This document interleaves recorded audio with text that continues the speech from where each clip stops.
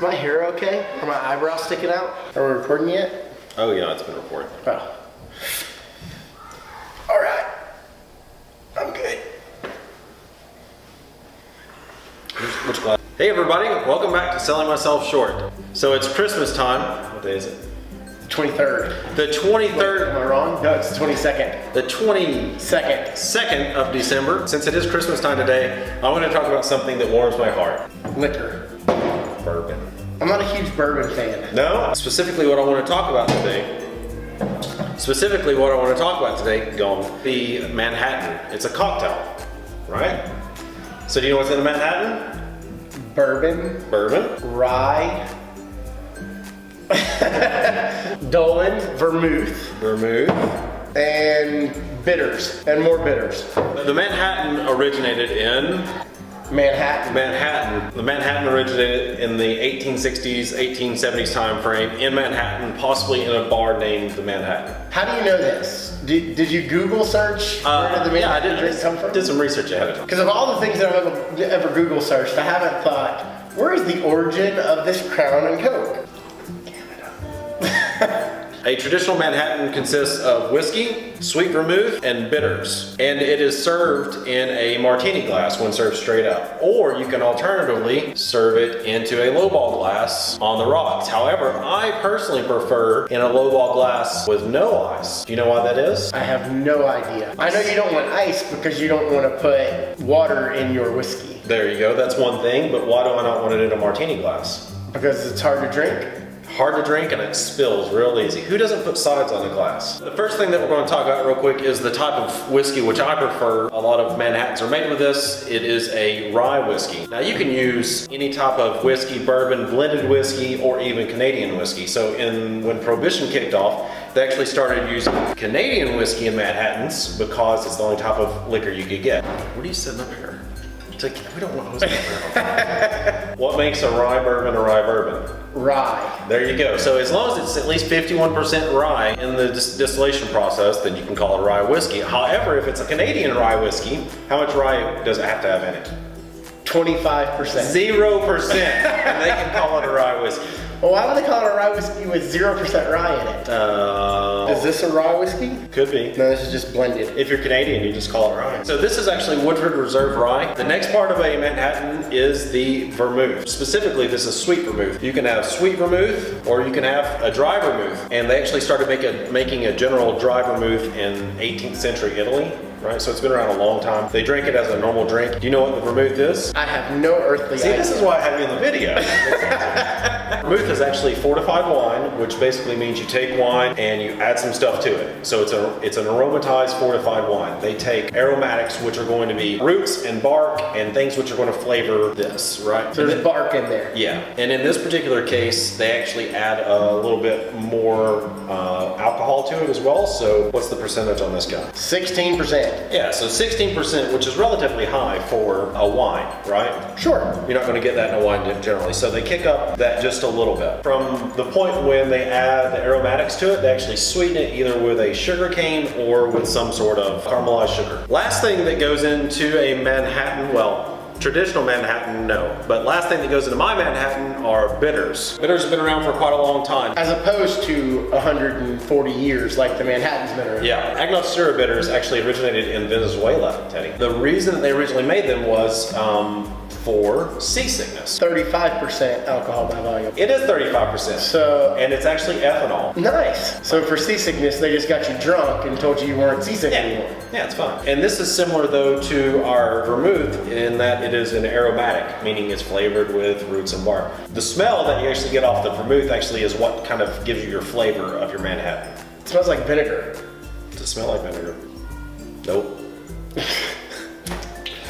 It smells like we should be dying of Easter eggs. I don't know how I get roped into this. When these were first invented, they were just drink straight, which is what we're gonna do now. Perfect, let's go for it. I was hoping there was a beer in this fridge. Oh, no, you're good. We're just gonna take a little sip of each of these to see what they actually taste like.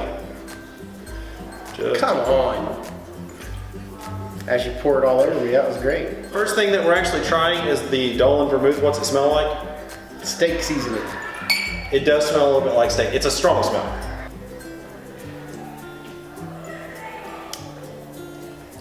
It's actually pretty good. It's really good. I would drink that. Yeah. I would not drink a Manhattan. It doesn't really taste alcohol. No, it tastes like steak seasoning. It tastes like steak seasoning and wine. It's very good. Next, we're going to try the Tribuno. It smells like... It's not a little wine smelling Yeah, and not steak it smells seasoning. like not as good as steak seasoning. Yeah. Still pretty good. I like that one better. Yeah, that's really good. Both of these are better than this. Yeah, we're going to try that too. Well, this one's already open. Yeah, well, this is the show bottle, and that is the drink bottle. And then we're gonna chase it with this. Fine by me. The last vermouth that we're going to taste is a dry vermouth. This is what you would actually use in a vodka martini, right? Perfect. Love vodka martinis, except for when I have to drink them. You can see how much I drink this one? Never been open. Vodka, or what's the thing that tastes like pine needles? Pine needle water. No, gin. So you can actually Tastes like pine needles? exactly like pine needles. You can use this type of dry vermouth in a pine needle or pine needle. That's another thing. You can use this type of vermouth, the dry vermouth, in a vodka martini or even a pine needle martini. Gin. What's it smell like? It smells like number 2. Yeah, it does. Well, Not the action of number 2. It smells like the second one.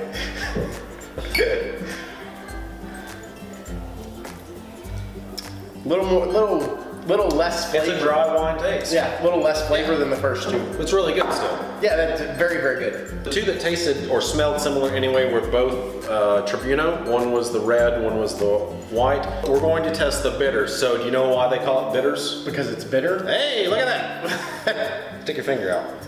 I can't put it in a glass. You tell me. Tastes like garbage. Bad garbage. Yeah, it's not good. It's medicine-y tasting. Yeah. What would make you want to add it to any drink? It tastes like bad licorice. So we have another one, but I'm just gonna... We gotta try it. That one is more, oh. What do we now know about bitters? That it's bitter. Ugh. And how different is the taste from one to the next? A lot. Yeah. This one is way worse than this one. Last thing we're gonna try is the whiskey. Pour. And what's this smell like? Ugh. Smells like Even the whiskey. smell makes me want to. It smells like whiskey. And this is Cheers. good, yeah. Oh yeah, this is good to you. It's pretty good whiskey. You know what's really good? Coors Light. Oh. But it's got a lot of flavor to it, right? Sure. Tastes fantastic. So, what would you rather drink, that or this? The liquor. I'll take the liquor over that crap. Yeah, I agree. And I'll take any of the 3 of those over any of those. So, do you want to mix it and I'll talk you through it? Me and Tom Cruise. All right. Throw you some ice in there. The way that I make a Manhattan is I use my shaker with a little bit of ice. A little bit of ice in it, a little bit of ice in it. Use my jigger just for measuring out the alcohol, and I shake it. So you can actually just pour it and stir it or mix it or whatever you want to do. But this is the way that I prefer to do it. One thing that you may notice is missing are the maraschino cherries. And I like cherries. first things first, Teddy, making a Manhattan, we're going to put about 4 ounces of whiskey in this thing. Gotcha. Should have done that first. Yeah. I like mine a little bit whiskey heavy, primarily because the vermouth cuts down on the whiskey taste, and I don't want it to cut down so much that I can't taste it. So we actually chose the Tribuno as the one that we like the most, right? That was the second one? Yep. So you're going to put about a 1/3 ounce. It feels like we should put more than that to make it taste better. Yeah, so that's it. And we'll add some more to yours in just a minute, just so you know what it tastes like. Bitters? Yeah, the last thing that we're going to add is the bitters. Now we're just going to do basically one hard shake, pop. That's it. That was a lot. That was 3 hard shakes. Good work. Why do you look like someone's torturing you? All right. You don't like the sound? So just pour it out in halves if you can. And this is actually just one drink, but for demonstration purposes, we're going to split it. That's a lot more than I thought it was going to be. What's it smell like, Teddy? It smells like liquor.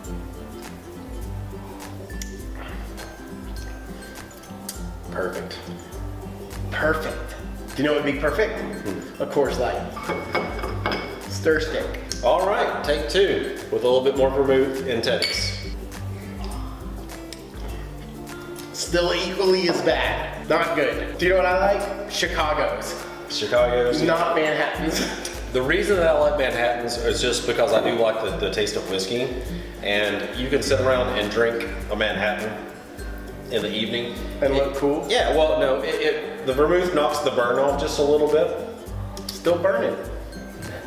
The vermouth knocks the burn off just a little bit, and it's something you can sit around and drink. And if it is cold outside, it's a nice drink to have. Even though technically you don't get warm from drinking, I feel warm when I drink. Or you could just have a cold Coors Light. All right, what else we gonna do? I think we should chug what's left. Based on the things that we put in it, what can you taste though? I mean, can you taste the whiskey? Can you taste the vermouth? I absolutely taste the whiskey. I can't taste the vermouth now that we put a little more in mine. Yeah. I can't taste the bitters. You want to put an extra shake in yours, see if you can taste it? No, I'm good. Okay. So I gotta finish this before I can have a beer? Ah, good. You know what? It's actually not bad. I'm not a huge liquor drinker, but You see the appeal. yes, If you did like, if you like the taste of liquor and wanted a drink that you could have that was a good sipping drink that, compared to drinking straight whiskey. yes, very good compared to straight whiskey. I mean, I'm not a martini fan either. Right. I love vodka martinis. Yeah, see, I'm not a martini fan. You know what part of the martini I like? The olive. Yes. So our brother, the bartender, tells you 3 a day for 3 days for anything that you would like to acquire a taste for. Really? So martinis, things of this nature. That's interesting. 3 a day for 3 days. All right. So Courtesy of Jason Haywood. this is day one. 2 more. Day 2 will not be a part of it. We get to have 3 of these. Yeah, two more to go today. Okay, yeah, so I want to follow this one with a nice cold Coors Light. All right. Oh. I want to thank everybody for watching today, and I want to thank Teddy for being my guinea pig / bartender. I think we learned a lot about the taste of these. That's something I've never done, is actually taste the liquors individually. The one thing that I did learn is vermouth by itself is really good, Vermouth is excellent. and bitters are Very bad. terrible. Very bitter. That does it for this episode. If you do like it, please don't forget to hit the like button below and subscribe. See y'all later. Maybe.